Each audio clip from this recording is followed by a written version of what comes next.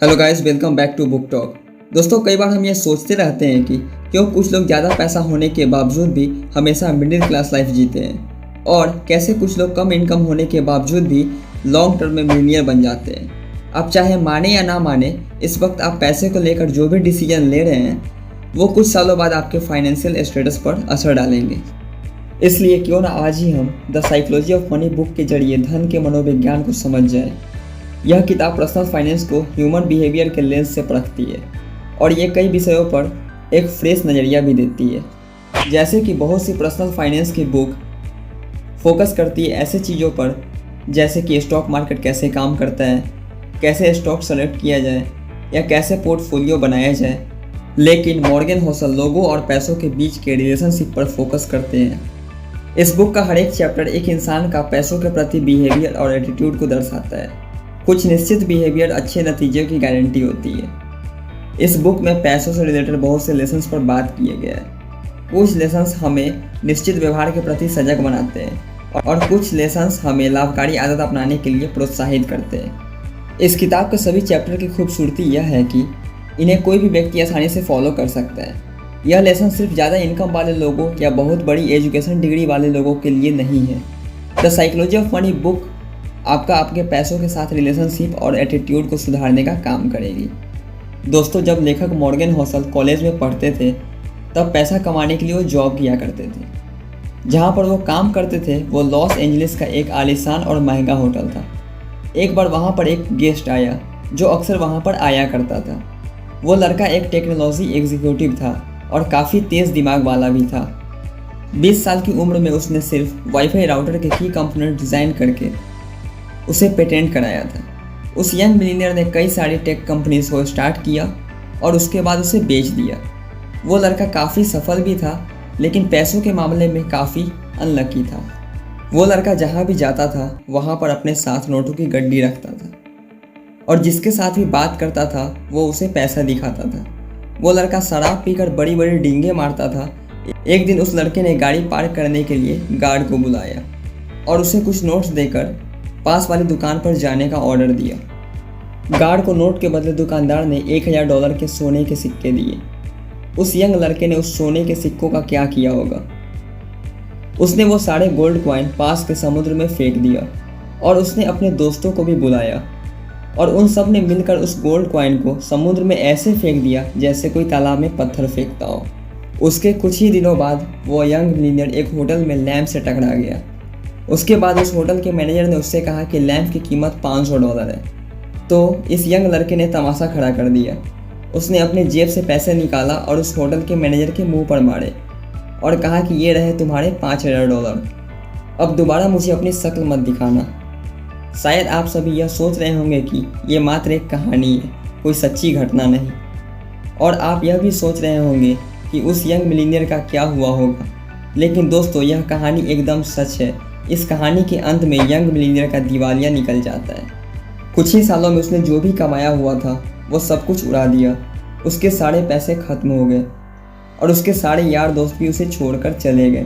दोस्तों, देखा आपने, पैसे से आप सब कुछ खरीद सकते हैं लेकिन अच्छा व्यवहार नहीं खरीद सकते। चलिए एक और कहानी से इस बुक को समझने की कोशिश करते हैं। रोनाल्ड रीड एक दरबान था।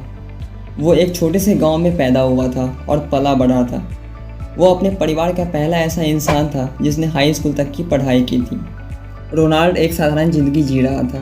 25 साल तक उसने एक गैस स्टेशन पर गाड़ियाँ रिपेयरिंग करने का काम किया। उसके बाद 38 साल की उम्र में उसने 2 बेडरूम का एक घर खरीद लिया। उसने वो घर $12000 में खरीदा था और अपनी पूरी ज़िंदगी उसी घर में ही गुजारी। रोनाल्ड की शादी भी हुई थी लेकिन कोई बच्चा नहीं हुआ था। जब वो 50 साल का हुआ तो उसकी वाइफ चल बसी। उसके पड़ोसी का कहना था कि रोनाल्ड की हॉबी लकड़ियाँ काटना था।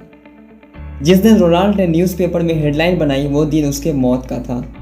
ये बात 2014 की थी। वो 92 साल का था। उसके पास $8 मिलियन थे। उसने $2 मिलियन अपने 2 सौतेले बच्चों के लिए छोड़े थे और $6 मिलियन एक हॉस्पिटल और एक बड़े लाइब्रेरी को डोनेट कर दिए थे। आपके मन में यह सवाल जरूर आया होगा कि यह सब कैसे हुआ। दोस्तों, इसमें कोई ट्रिक नहीं है। रोनाल्ड ने कोई भी लॉटरी नहीं जीती थी, न ही उसे कोई खानदानी पैसा मिला था। रोनाल्ड सिर्फ अपना पैसा बचाकर ब्लू चिप स्टॉक और म्यूचुअल फंड में इन्वेस्ट कर रहा था। बस इतनी सी बात है। वो एक एक पैसे सेव करके उसे स्टॉक और म्यूचुअल फंड में निवेश करता था, यहाँ तक कि वो कभी इंटरेस्ट भी नहीं निकालता था। उसने अपने सेविंग को सालों तक कंपाउंड किया और उसके मौत तक उसके पास $8 मिलियन के रकम जमा हो चुके थे। अब नज़र डालते हैं उस आदमी की ओर जो रोनाल्ड रेड से बिल्कुल हटकर था। उसका नाम रिचर्ड था। वो एक एग्जीक्यूटिव था। उसने हार्वर्ड से MBA किया था। वो 40 साल की उम्र में रिटायर हो गया था। उसका अंडर 40 सक्सेसफुल पीपल के लिस्ट में नाम भी शामिल था। बड़े शहर में 18,000 स्क्वायर फुट का एक बड़ा सा बंगला था, जिसमें 2 स्विमिंग पूल, 2 लिफ्ट, 2 गैरेज और 11 बाथरूम थे। इस बंगले का मेंटेनेंस का खर्च ही $9,000 पर मंथ का था। इसके मेंटेनेंस के लिए रिचर्ड ने काफ़ी बड़ा उधार लिया हुआ था, लेकिन फिर उसके किस्मत ने करवट बदली, यानी कि 2008 में फाइनेंशियल क्राइसिस आया और रिचर्ड रातों रात फुटपाथ पे आ गया। दोस्तों, इन दोनों यंग मिलीनियर यानी कि रिचर्ड और रोनाल्ड रेड की कहानी से हमें क्या सीख मिलती है? फाइनेंशियल सक्सेस कोई साइंस नहीं, बल्कि फाइनेंस ही एक ऐसी फील्ड है जहां रोनाल्ड रेड जैसे लोग भी सफलता हासिल कर सकते हैं। एक हम्बल एजुकेशन और एक्सपीरियंस वाला इंसान सर्जन, आर्किटेक्ट, इंजीनियर नहीं बन सकता, लेकिन फाइनेंस में रोनाल्ड रेड जैसे मामूली इंसान भी काफ़ी बढ़िया अचीवर बन सकते हैं। फाइनेंशियल सक्सेस एक सॉफ्ट स्किल है जिसे कोई भी सीख सकता है। यह एक यूनिक फील्ड है जहां आपकी नॉलेज से ज़्यादा आप कैसे बिहेव करेंगे ये ज़्यादा मायने रखता है। फाइनेंस की फील्ड में पैसों का मनोविज्ञान समझने का तरीका यह है कि आप चाहे जहां से भी हैं, जैसे भी हैं, पैसे आपके दिमाग को बड़ा बनाता है। बस आपको ध्यान देने और अलर्ट रहने की ज़रूरत है। हर कोई अमीर बन सकता है, लेकिन हर कोई हम्बल नहीं होता है। Number 1, no one's crazy.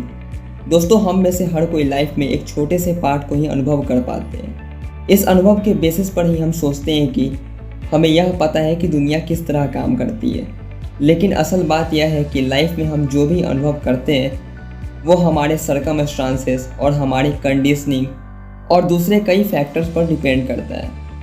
उदाहरण के तौर पर जो इंसान गरीबी में बड़ा हुआ है वो रिस्क और रिवार्ड को लेकर उनकी सोच उस इंसान से बिल्कुल अलग होगी जो अमीरी में पला बड़ा है। सन 2006 में नेशनल ब्यूरो ऑफ इकोनॉमी के रिसर्च ने पिछले 50 साल के डाटा को लेकर ये देखने के लिए स्टडी किया कि लोग किस बेस पर रिस्क लेते हैं। उन्होंने पाया कि किसी भी इंसान की रिस्क लेने की क्षमता उसकी पर्सनल हिस्ट्री पर डिपेंड करता है, न कि उसकी एजुकेशन और इंटेलिजेंस पर।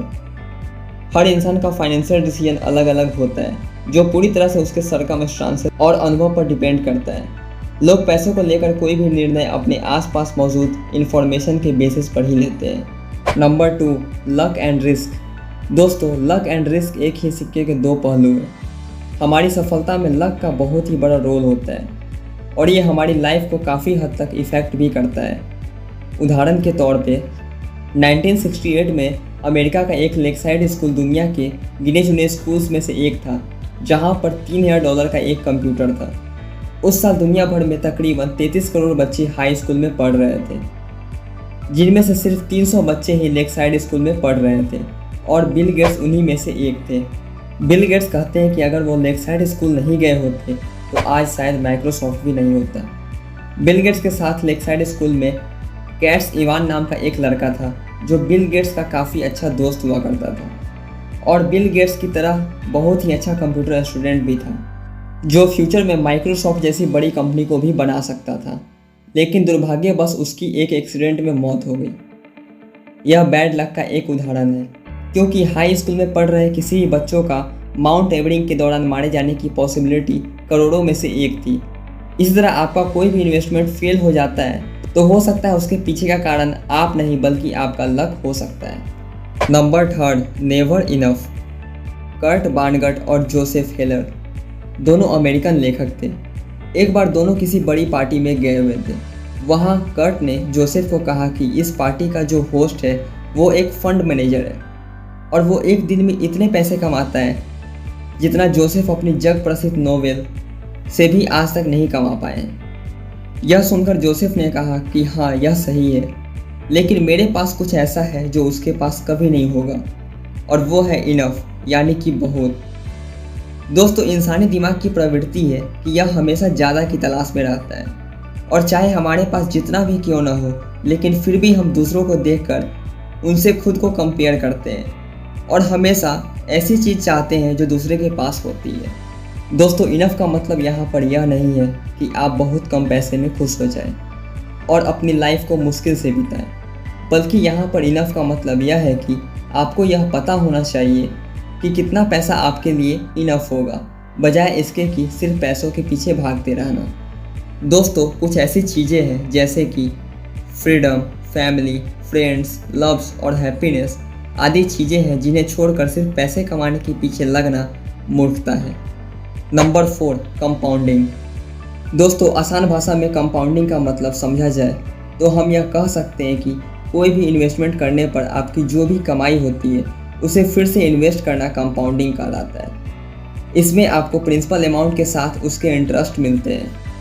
दोस्तों, जब यह किताब लिखी गई थी तब वॉरेन बफेट की टोटल नेटवर्थ $84.5 बिलियन थी और जिसमें से $81.5 बिलियन उनके 65वें जन्मदिन पर आए थे। वॉरेन बफेट 10 साल की उम्र से इन्वेस्टिंग करना शुरू कर दिए थे। अगर वो 30 साल की उम्र के बाद इन्वेस्टमेंट करना शुरू करते तो आज उन्हें सेम रिटर्न नहीं मिलता और उनकी टोटल नेटवर्थ $84.5 बिलियन की जगह सिर्फ $11.9 बिलियन ही होती, क्योंकि कंपाउंडिंग के लिए ज़्यादा पैसा नहीं बल्कि ज़्यादा टाइम की ज़रूरत होती है। वॉरेन बफेट इसलिए सफल नहीं है क्योंकि वो अच्छे इन्वेस्टर हैं, बल्कि वो इसलिए सफल और कामयाब है क्योंकि वो लंबे टाइम के लिए बहुत अच्छे इन्वेस्टर बने रहे। Number 5, getting wealthy vs staying wealthy. अमीर बने रहने के लिए थोड़ा सा पागलपन और किफ़ायती होना ज़रूरी है। जैसे लिवरमोर अमेरिका के एक ट्रेडर थे। 1929 के डिप्रेशन के समय पूरी दुनिया के इन्वेस्टर के पैसे डूब रहे थे।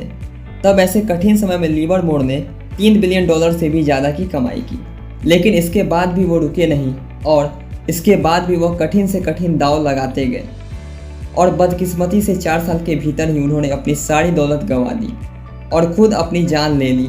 दोस्तों, लिवरमोर की तरह बहुत से लोग ज़्यादा पैसा कमा तो लेते हैं लेकिन इन पैसों को संभाल नहीं पाते। पैसे कमाने के लिए रिस्क लेने और ऑप्टिमिस्टिक रहने और अपने ऊपर बिलीव करने की आवश्यकता होती है। वहीं अपने पैसों को बचाने के लिए बड़े जोखिम से बचने और किफ़ायती बनने और इस बात को एक्सेप्ट करने की आवश्यकता होती है कि आपकी सफलता में लक का भी महत्वपूर्ण भूमिका होता है। यहाँ पर किफ़ायती होने का मतलब यह नहीं कि आप कंगालों की तरह रहें, बल्कि इसका मतलब सिर्फ इतना है कि आप बिना वजह के अपने पैसों को खर्च ना करें और दिखावे में ना पड़ें। आज के इस वीडियो में मैं बुक के सिर्फ 5 लेसन्स के बारे में ही बात किया हूँ। अगर आप आगे के लेसन के बारे में भी जानना चाहते हैं तो कमेंट में ज़रूर बताएं और आपको ये मेरी वीडियो थोड़ी भी अच्छी लगी हो तो वीडियो को लाइक, चैनल को सब्सक्राइब करना ना भूलें ताकि मैं आपके लिए ऐसे ही अच्छे कंटेंट लगातार लाता रहूँ।